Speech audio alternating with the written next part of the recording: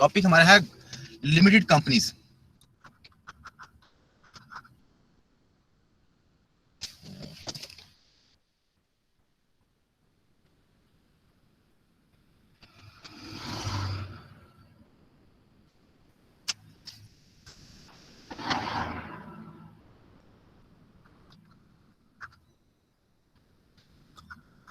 Okay, limited company होती क्या है, बेसिकली इनका रोल क्या है, फंक्शंस क्या है, वो डिस्कस करेंगे हम लोग।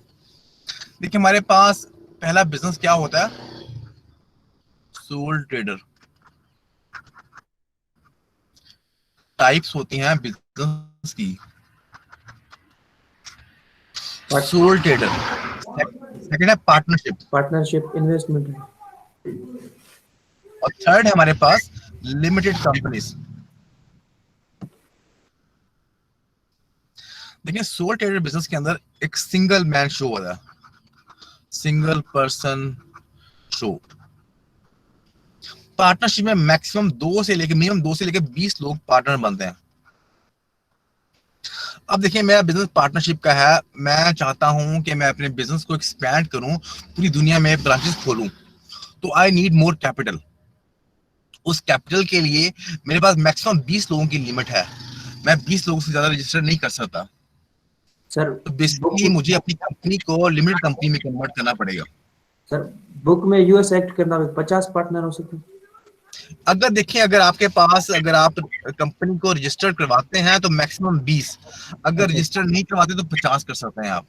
ठीक है सर। ठीक है, लिमिटेड कंपनीज में हम लोगों के पास नंबर ऑफ शेयर होल्डर बढ़ जाते हैं। जी ठीक सर, है, ठीक। अब ठीक लिमिटेड कंपनी की दो किस्में होती हैं, टाइप्स होती हैं। अच्छा, लिमिटेड कंपनीज में बेसिकली फीचर्स क्या होते हैं, इनके फीचर्स क्या है,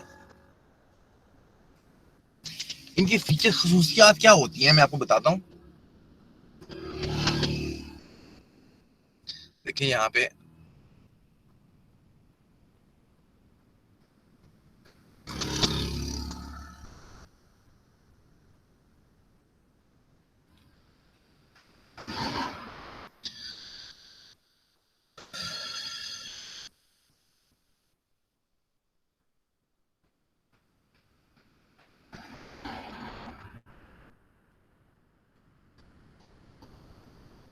देखिए पहली खसूसियत यहाँ पे ये है कि they have a limited liability. Limited liability का मतलब क्या हुआ, मतलब ये हुआ कि सोल ट्रेडर और पार्टनरशिप में पार्टनर की और ऑनर की लाइबिलिटी अनलिमिटेड होती है। मतलब इन केस ऑफ लॉस आपको पर्सनल प्रॉपर्टी बेचकर बैंक का लोन वापस करना पड़ता है, लेकिन लिमिटेड कंपनीज में ऐसा नहीं होता। लिमिटेड कंपनी में आपकी लाइबिलिटी लिमिटेड रहती है आपकी इन्वेस्टमेंट अमाउंट तक। आपने जितना पैसा इन्वेस्ट किया होगा मैक्सिमम वही डूबेगा, अगर लॉस होता है कंपनी को आपकी पर्सनल प्रॉपर्टी सेल नहीं होगी। सेकंड जो फीचर है, जो बिग फीचर है आपका सोल ट्रेडर और पार्टनरशिप के पॉइंट ऑफ व्यू से, that you have a legal personality. Legal personality mean that कि आपको अपनी कंपनी हर कंडीशन में रजिस्टर करवानी पड़ेगी। सोल ट्रेडर और पार्टनरशिप जरूरी नहीं होता कि रजिस्टर करवाएं, लेकिन अगर आप कंपनी को रजिस्टर करवाते हैं तो आपको गवर्नमेंट के कॉन्ट्रैक्ट्स और दूसरी कंपनी जो सप्लायर होते हैं they can easily trust upon you. आपकी जो लीगल स्टेटस है वो ज्यादा सिक्योर हो जाता है। और थर्ड फीचर है वो कंटिन्यूटी है। कंटिन्यूटी मतलब यहाँ पे ये है कि सोल ट्रेडर में बंदा मर गया, बिजनेस खत्म। पार्टनरशिप के अंदर बंदा मर गया या बंदे ने पैसा वापस निकाल लिया, उस सिनेरियो के अंदर आपका पार्टनरशिप एग्रीमेंट खत्म हो जाता है। फिर नया पार्टनर आएगा, पुराने या उनके पेरेंट्स आएंगे या उसके बीवी बच्चे आएंगे तो नया पार्टनरशिप एग्रीमेंट करेंगे और फिर बिजनेस आगे चलेगा। लेकिन लिमिट कंपनी में ऐसा कुछ नहीं होता। लिमिट कंपनी में बिजनेस चलता रहता है, अगर पार्टनर मर गया है या अपना हिस्सा वापस ले लिया है या कुछ भी कर दिया। इसमें कंपनी में शेयर इशू करते हैं हम लोग, बेसिकली शेयर सर्टिफिकेट की तरह होते हैं। अगर मैं मर गया हूं तो मेरी जगह पे मेरी बीवी वो सर्टिफिकेट की मालिक बन जाएगी, बीवी मर गई है तो बच्चे मालिक बन जाएंगे। कंपनी पे कोई फर्क पड़ता नहीं, कंपनी चलती रहती है अपना काम। इसके दो सोर्सेज ऑफ फाइनेंस कहां से आता है। The main sources of finance of limited companies are shares and debentures. Shares क्या होते हैं, shareholder basically the owner of the company, जो कंपनी के मालिकान बन जाते हैं। अगर आप कंपनी के कोई हिस्से या शेयर्स परचेज करते हैं उससे आप कंपनी के मालिक बन जाते हैं। नॉट 100%। जितने कंपनी के टोटल शेयर्स हैं, अगर 10,000 शेयर्स हैं और आपके पास सिर्फ ओनली 1,000 शेयर है, तो मतलब ये है कि आप कंपनी के 10% मालिक हैं। दो किस्में होती हैं अब शेयर्स की, ordinary shares and preference shares. Ordinary shares के अंदर बेसिकली होता क्या है, आपके पास कोई भी आदमी, ले पर्सन जिसको मैं जानता नहीं हूं, वो मेरी कंपनी के शेयर्स परचेज कर सकता है, ऑर्डिनरी शेयर्स।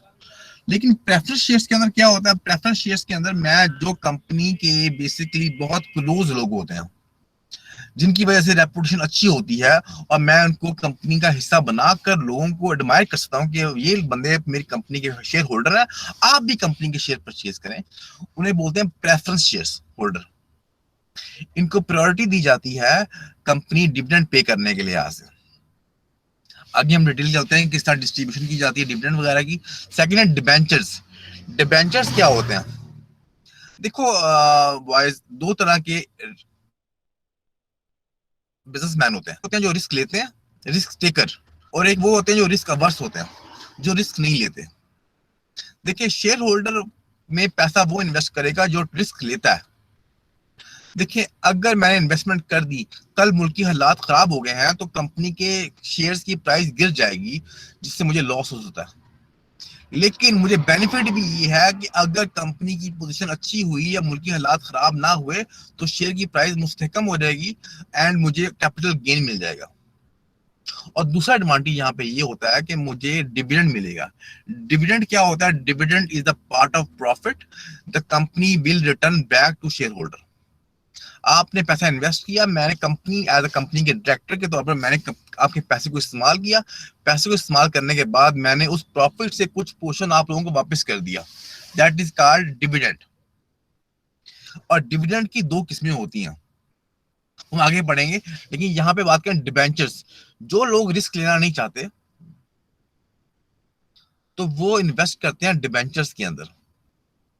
अगर कंपनी बैंक से बारो करती है लोन, तो that is called bank loan या मोर्गेज लोन।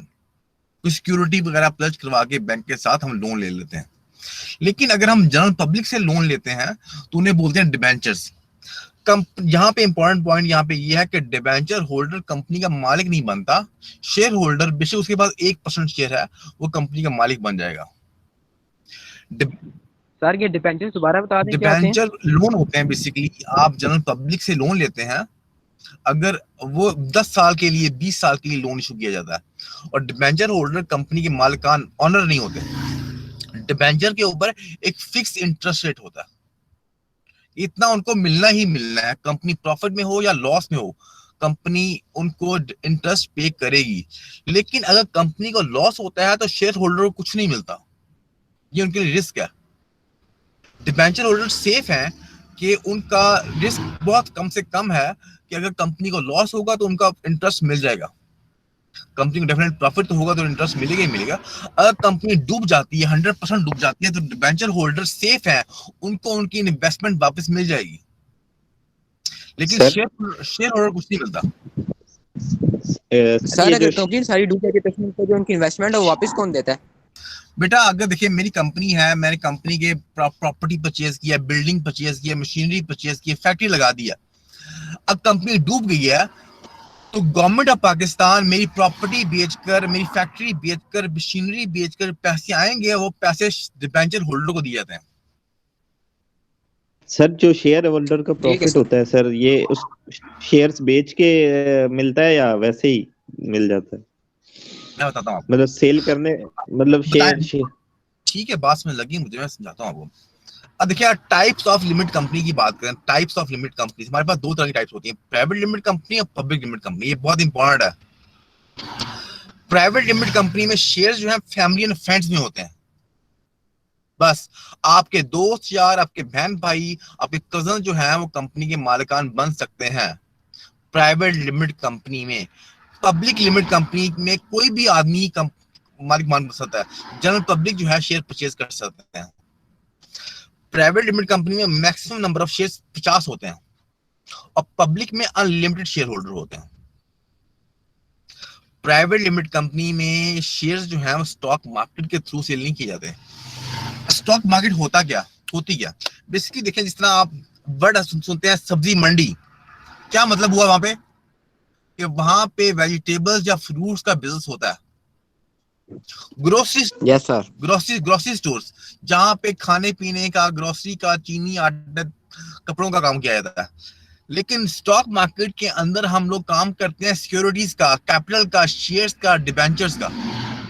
अब क्योंकि प्राइवेट लिमिटेड कंपनी के शेयर्स फैमिली एंड फ्रेंड्स में होते हैं, इस वजह से उनके शेयर स्टॉक मार्केट में सेल नहीं होते। पब्लिक लिमिटेड कंपनी के शेयर सेल करने के लिए आपको स्टॉक मार्केट का सहारा लेना पड़ता है, क्योंकि आपने एक जनरल पब्लिक को इनवाइट करना है कि आप मेरी कंपनी के शेयर्स परचेज करें। तो डेफिनेटली स्टॉक मार्केट के थ्रू ब्रोकर्स बैठे होते हैं, वहां पे ब्रोकर्स कंपनी के शेयर्स की बाइंग एंड सेलिंग करते हैं। नेक्स्ट डिफरेंस जहां पे ये है कि प्राइवेट लिमिटेड कंपनी के नाम के आगे एलटीडी का वर्ड इस्तेमाल करते हैं, एलटीडी, और पब्लिक लिमिटेड कंपनी इस्तेमाल करते हैं पीएलसी का वर्ड।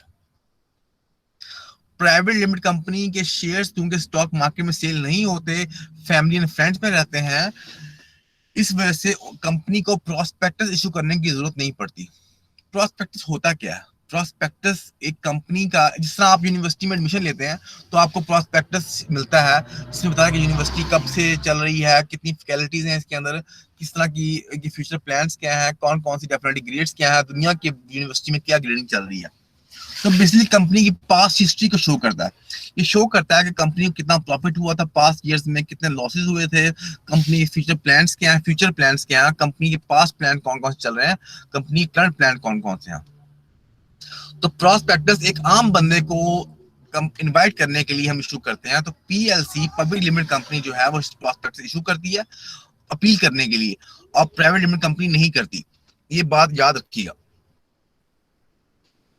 अब हम बात करते हैं इनकी अकाउंटिंग के बारे में कि अकाउंट्स किस तरह बनाए जाते हैं और किस तरह इसको हैंडल किया जाता है।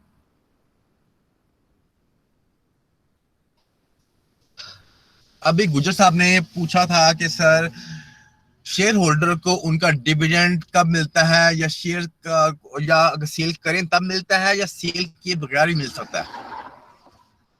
देखें डिविडेंड क्या होता है। देखें शेयर होल्डर को बेसिकली दो एडवांटेज हैं।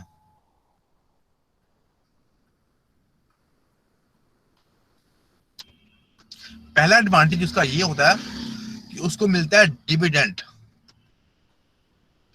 डिविडेंड प्रॉफिट मिलता है उसको, वो प्रॉफिट वो बेचने के बाद से पहले मिलता है।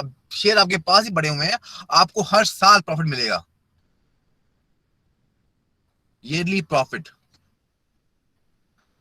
लेकिन अगर आप शेयर बेच देते हैं तो आपको मिलेगा कैपिटल गेन, कैपिटल गेन मिलता है। आपने एग्जांपल इन्वेस्टमेंट की थी 1000 शेयर्स की, आपने एक शेयर दिया था 10 रुपए का, आपने इन्वेस्टमेंट करी 10,000 रुपए की शेयर्स में। अब कंपनी की अच्छी परफॉर्मेंस की वजह से शेयर की प्राइस बढ़ के 15 रुपया हो गई है। आपके पास शेयर कितने थे? 1000 रुपया। अब 15,000 उन शेयर की प्राइस है, आपके पास कैपिटल गेन कितना हुआ? 5,000 का। 5,000। That is called capital gain. Capital gain basically जरूरी नहीं होता कि मैं शेयर बेचूंगा तो मुझे पैसे मिलेंगे। शेयर आपके पास ही पड़े हुए हैं, आप जब भी चाहे बेच सकते हैं और आपको कैपिटल गेन मिल सकता है।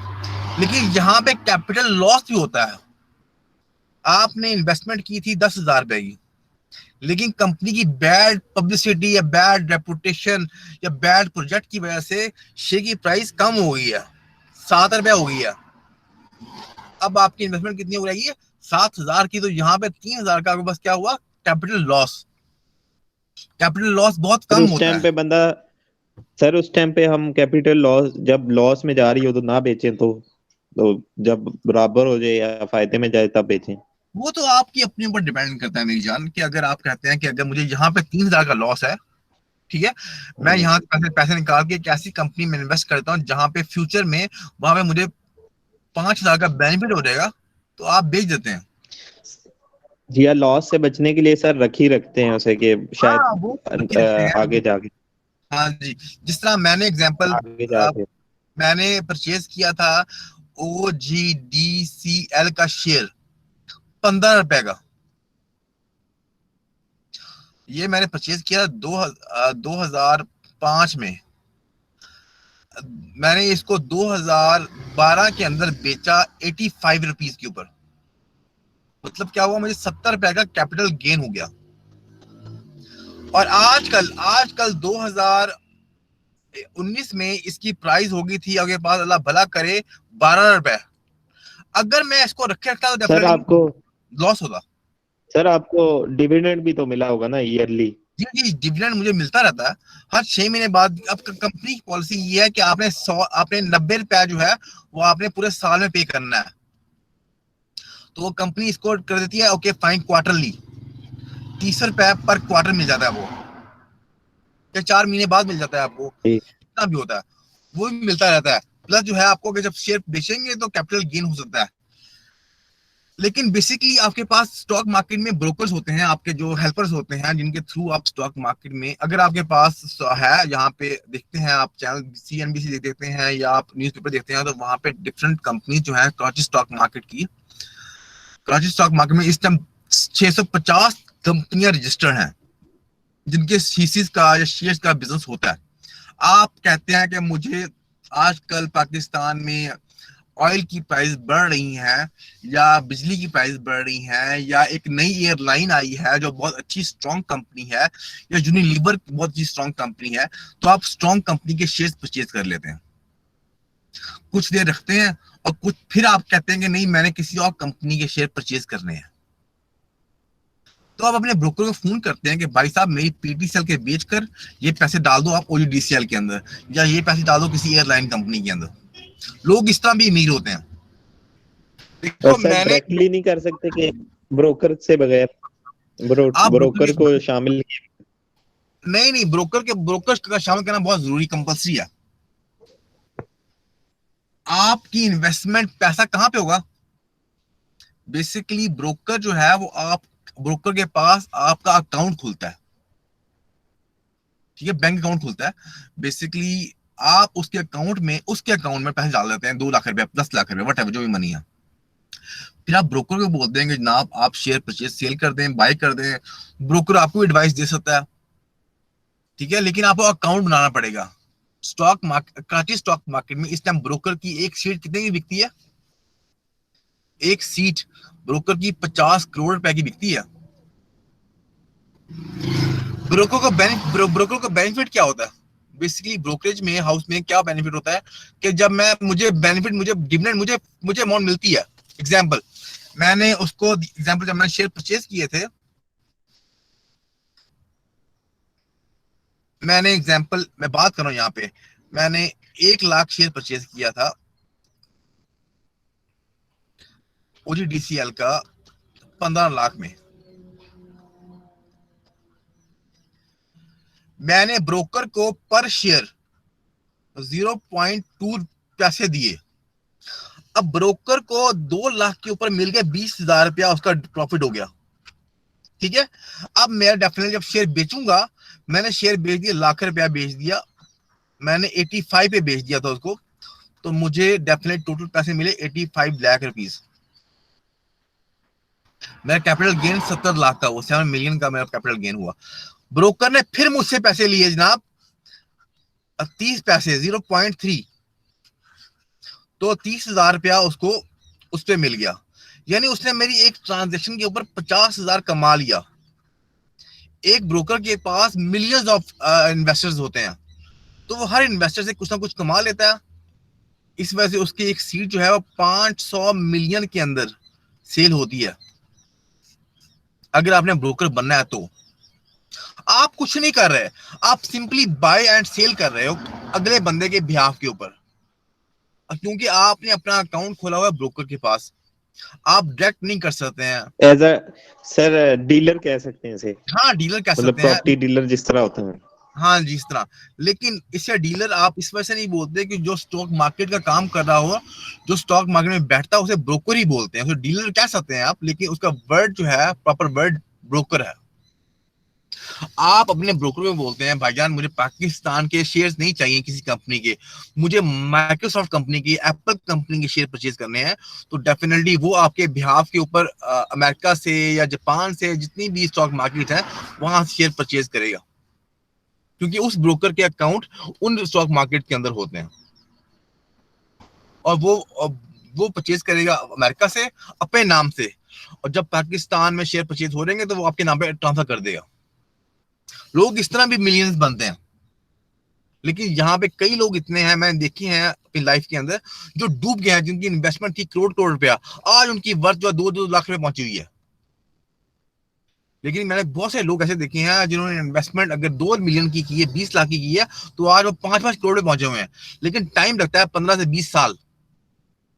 अगर मुल्क के हालात ठीक रहते हैं तो स्टॉक मार्केट खराब नहीं होती, बम ब्लास्ट नहीं होते यहाँ पे, इलेक्शन टाइम पे होते हैं, या महंगाई नहीं होती, या बहुत और डिजास्टर नहीं होते, तो स्टॉक मार्केट बढ़ती रहती है। क्योंकि अगर कंट्री के अंदर हालात खराब होंगे, कंट्री में फॉरेन रिजर्व नहीं हो रहा, जिस तरह आजकल जो है वो डॉलर बढ़ रहा है, ठीक है, तो लोग डॉलर में इन्वेस्टमेंट कर रहे हैं, स्टॉक मार्केट में इन्वेस्टर इन्वेस्टमेंट नहीं कर रहे। हाँ जी, इन्वेस्टर नहीं आता सर जब इन्वेस्टर ऐसे नहीं हालात आता। होते हैं। हाँ जी। अब बेसिकली अब इसके अकाउंट किस तरह बनते हैं उसको देख लीजिएगा। ये इंपॉर्टेंट है, ये लिखना है आप लोगों ने अकाउंट्स के बारे में, किस तरह से अकाउंट्स बनते हैं। तो देखिए, इसका बनाएंगे हम एप्रोप्रिएशन अकाउंट।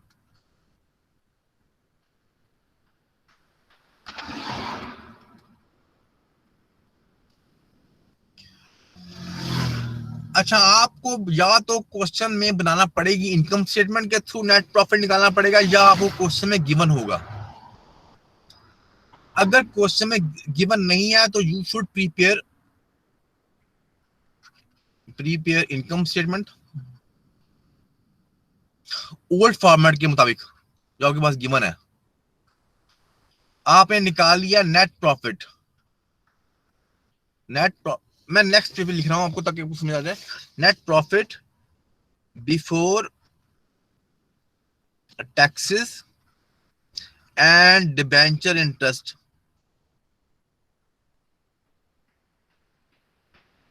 ये निकाल लिया है आपने by using the income statement.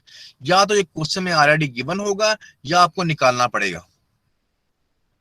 इसके बाद आप माइनस करेंगे, यहां से लेस करते हैं आप, चलना यार, लेस टैक्सेस माइनस कर देते हैं आप। जो आंसर बचेगा that's called net profit after taxes and before debenture interest. Sir इधर taxes by mean sir net profit में सारा वो इनडायरेक्ट एक्सपेंस सारा वो माइनस जो कर चुके होते हैं, फिर आता है हाँ नेट कर प्रॉफिट चुके सर। हैं, लेकिन यहाँ पे कॉर्पोरेट टैक्स, आपके अच्छा प्रॉफिट टैक्स जो होते हैं ना, वो डेफिनेटली नेट प्रॉफिट के बाद, नेट प्रॉफिट निकलने के बाद माइनस होता है। अच्छा ठीक सर, ठीक है। ठीक सर। अच्छा, इसके बाद हम माइनस करते हैं डिबेंचर इंटरेस्ट।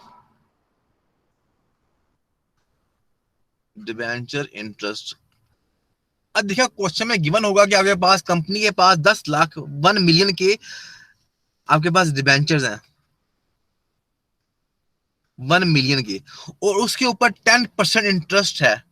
तो आप 1 मिलियन का 10% निकाल लें, और उसके बाद you have to write down there, subtract कर दें, एंड देन जो आपके पास आंसर बचेगा, इसे बोलते हैं net profit after taxes and interest.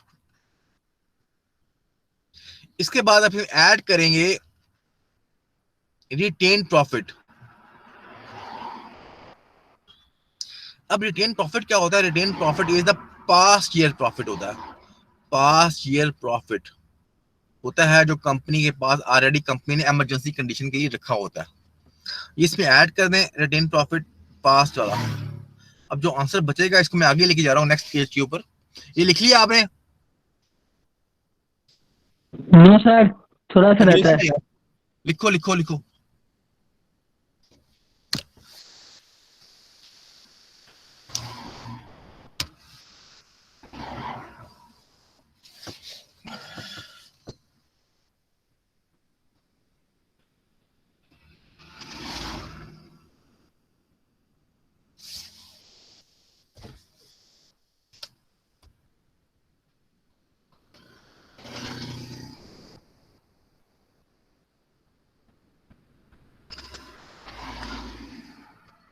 अच्छा ये जरूरी नहीं होता कि टैक्स हर दफा गिवन हो, लेकिन डिबेंचर इंटरेस्ट आपको हर दफा गिवन होगा। सर लिख लिया है। चलो गुड, सबने लिख लिया। Yes sir. यस चलो जी सर। नेक्स्ट। ओके देखें, अब हम आगे काम चल रहे हैं।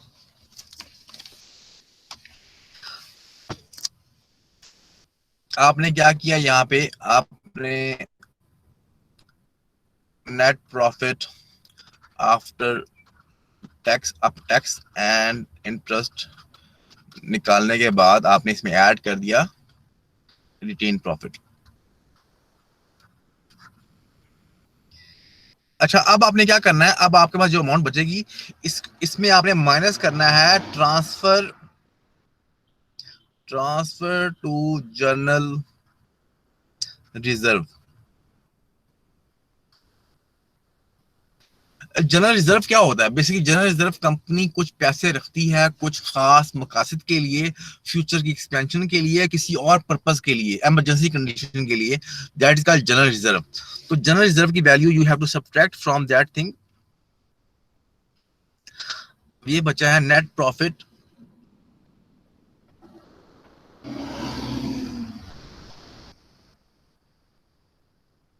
Available for dividend. या इसको लिखने की जरूरत नहीं है, आप सिंपली लिख सकते हैं यहाँ पे डिविडेंड डिस्ट्रीब्यूशन, डिविडेंड डिस्ट्रीब्यूशन। ये जो डिविडेंड डिस्ट्रीब्यूशन वाला पोर्शन है ये बहुत इंपॉर्टेंट है, इसको देखिएगा ध्यान से। ये बहुत सबसे इस क्वेश्चन में सबसे इंपॉर्टेंट पार्ट ही यही है।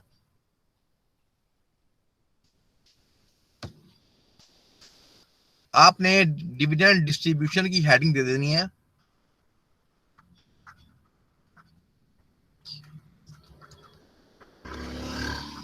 नाउ।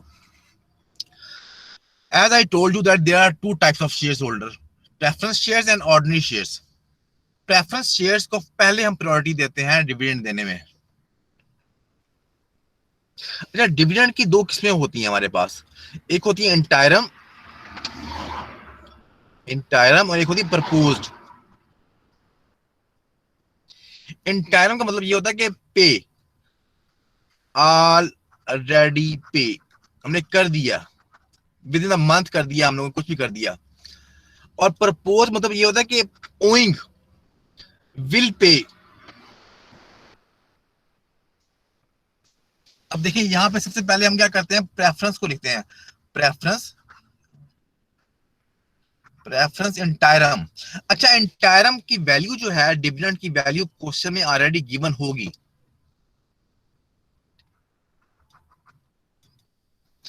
प्रेफरेंस प्रपोज्ड, फिर आता है ऑर्डिनरी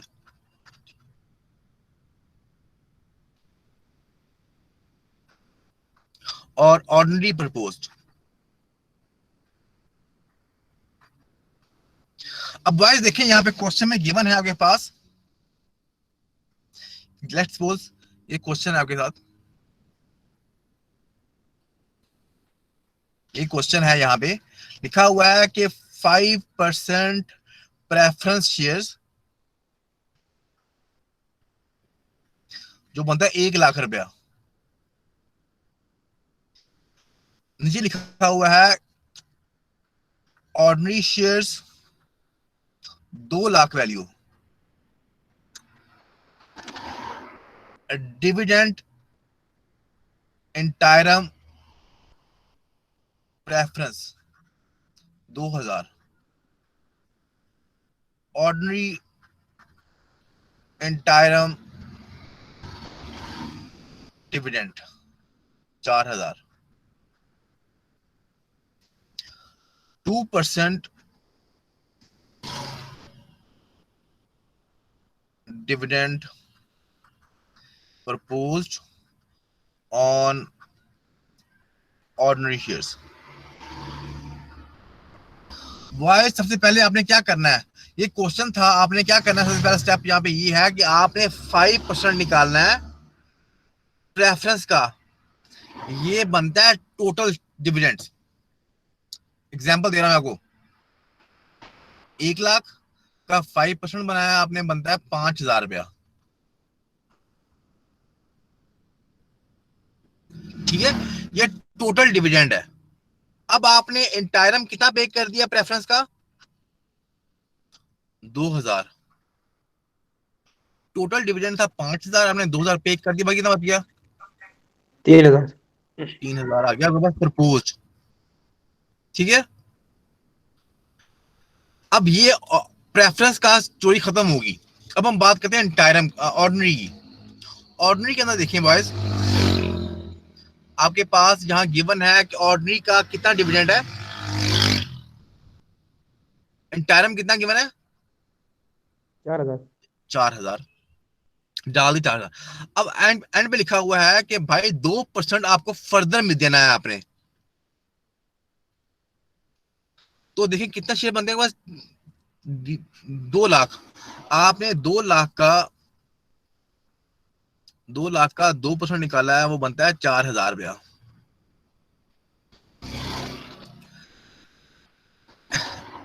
एग्जाम्पल हम करते हैं, यहाँ पे 3% है, 3%, ताकि आपको आसानी हो। ये बनता है 6,000 रुपया। आपने ये 6,000 रुपया वैसे का वैसा ही लिख देना है प्रपोज के अंदर। ऑर्डिनरी शेयर्स के अंदर इंटायरम एंड प्रपोज कंबाइन नहीं होते। प्रेफरेंस के अंदर जो है, प्रेफरेंस शेयर्स के अंदर क्या होता है आपके पास? प्रेफरेंस के अंदर जो है आपके पास इंटायरम प्लस प्रपोज इकट्ठा होता है टोटल डिविडेंड का। जैसा यहाँ पे 5,000 था टोटल, 5,000 में से आपने डिस्ट्रीब्यूट कर दिया ऑलरेडी, 2,000 दे दिया आपने इंटायरम में और 3,000 दे दिया आपने प्रपोज में। लेकिन ऑर्डिनरी में दोनों अलग अलग होते हैं, दोनों अलग अलग होते हैं। इंटायरम का ताल्लुक प्रपोज से नहीं होता, इंटायरम का ताल्लुक टोटल से नहीं होता। इंटायरम अलग होता है और प्रपोज अलग होता है, दोनों डिफरेंट होते हैं। समझ लगी आपको? Yes sir. चलो गुड हो गया। अब आपने क्या करना है, आपने इन टोटल डिविडेंड्स को जमा करने के बाद आपने इससे जो आपके पास ऊपर वाला निकाल लिया था, इसे माइनस कर देना। जो आंसर बचेगा दैट इज कॉल्ड आपके पास रिटेन प्रॉफिट।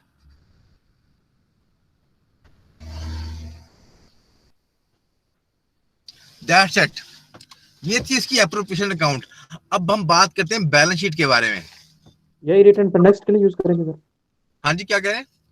मैंने कहा यही रिटर्न प्रॉफिट पर नेक्स्ट ईयर के लिए यूज करेंगे सर, नेक्स्ट या हाँ कोई जी, और? ये नेट प्रॉफिट नेक्स्ट ईयर की यूज करेंगे। दोबारा समझा रहा हूं, आपने क्वेश्चन बेसिकली नहीं पूछा कि इंटायरम एंड प्रपोज जो है प्रेफरेंस का कंबाइन होता है। सबसे पहले आपने टोटल डिविडेंड निकालना है, टोटल में से आपने इंटायरम माइनस कर देना, बाकी जो बच जाएगा that's for proposed. And ordinary shares में इंटायरम एंड प्रपोज कोई लिंक नहीं होता, दोनों दो सेपरेट चीजें होती हैं। ठीक है भाई। अब लास्ट पोर्शन जो है इसका, वो है भाई आपके पास बैलेंस शीट का। बैलेंस शीट के अंदर क्या करते हैं हम लोग, इक्विटी सेक्शन में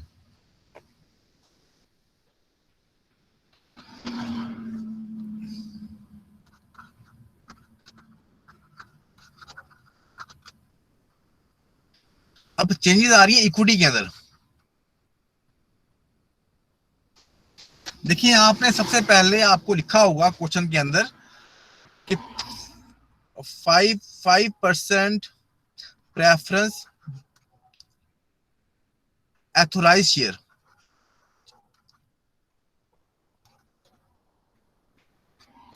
आपने लिख दिया उधर, फिर लिखा होगा बस ऑर्डिनरी एथोराइज। आपने इन दोनों को जमा करना है और नीचे लिख के इसको क्लोज कर देना है। एथोराइज मतलब यहां पे ये है कि आपके पास इतनी अथॉरिटी है शेयर इशू करने की। लेकिन अगर आप नीचे लिखा होगा इशूड शेयर,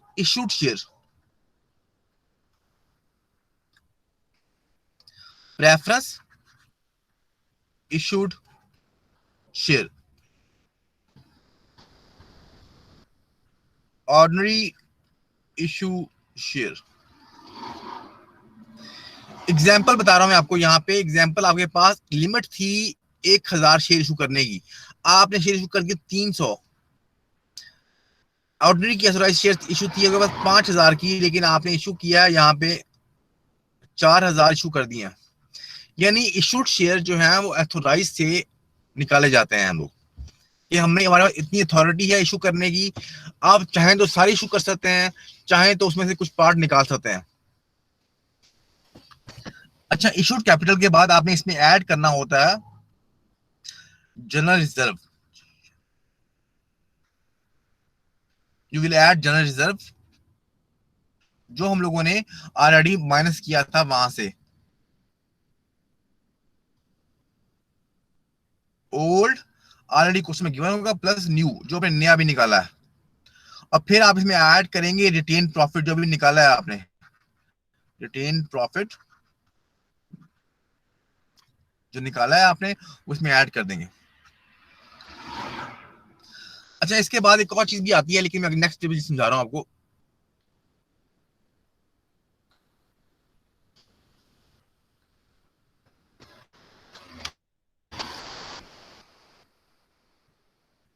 देखिए, इक्विटी के अंदर आपने,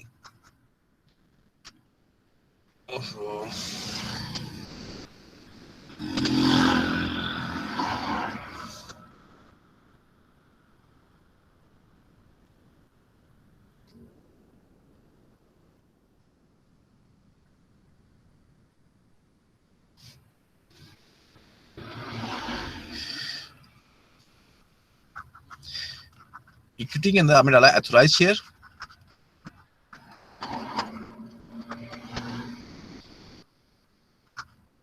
रेफरेंस के और ऑर्डिनरी के। अब क्योंकि इसका ताल्लुक नीचे वाले से बिल्कुल नहीं होता, क्लोज है ये, वो बात करते हैं issued share, issued share of reference and issued share of ordinary. आपने इसमें ऐड कर दिया general reserve, old plus new, आपने इसमें ऐड किया retain profit,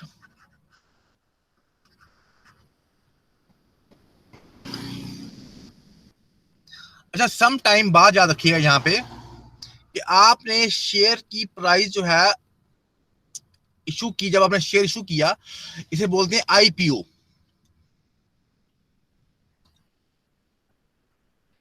IPO, initial public offering. आपने शेयर की प्राइस इशू की थी, एग्जांपल 10 रुपए का, अनाउंस किया, लेकिन उस शेयर की डिमांड बढ़ गई। जब शेयर की डिमांड बढ़ी तो क्या हुआ, शेयर की प्राइस बढ़ गई, बढ़ गई। अब जो शेयर की प्राइस बढ़ गई है ना 2 रुपए, that is called share premium. Yes sir, 10 रुपए की चीज अगर 12 रुपए में तो 2 रुपए प्रीमियम सर।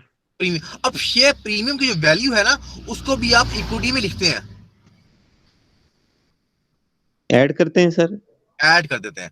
लेकिन अगर यहाँ पे अगर कंपनी की बैड पब्लिसिटी हुई है, तो जिसकी वजह से शेयर की प्राइस कम हो गई, आ गई 8 रुपए, अब 2 रुपए क्या हुआ, बस लॉस, शेयर लॉस हुआ इसमें, ठीक है, तो डेफिनेटली ये माइनस कर देंगे इस चीज को इसमें, इक्विटी में। Yes. अभी बैठ के आपने क्वेश्चन करना है 45.5, 45.4 कर लो या 6 कर लो, बल्कि आप इस तरह 6 करें, 45.6, बुक खोलें और क्वेश्चन स्टार्ट करें। मैं आपको मीन बाय जो असाइनमेंट जो है वो अपलोड करता हूं आप लोगों की। 45.6 करें क्वेश्चन बैठ के भी, और मुझे दिखाएं, और किसी ने जाना नहीं है बिल्कुल, सब लोग दिखाएंगे तो फिर छुट्टी मिलेगी आपको।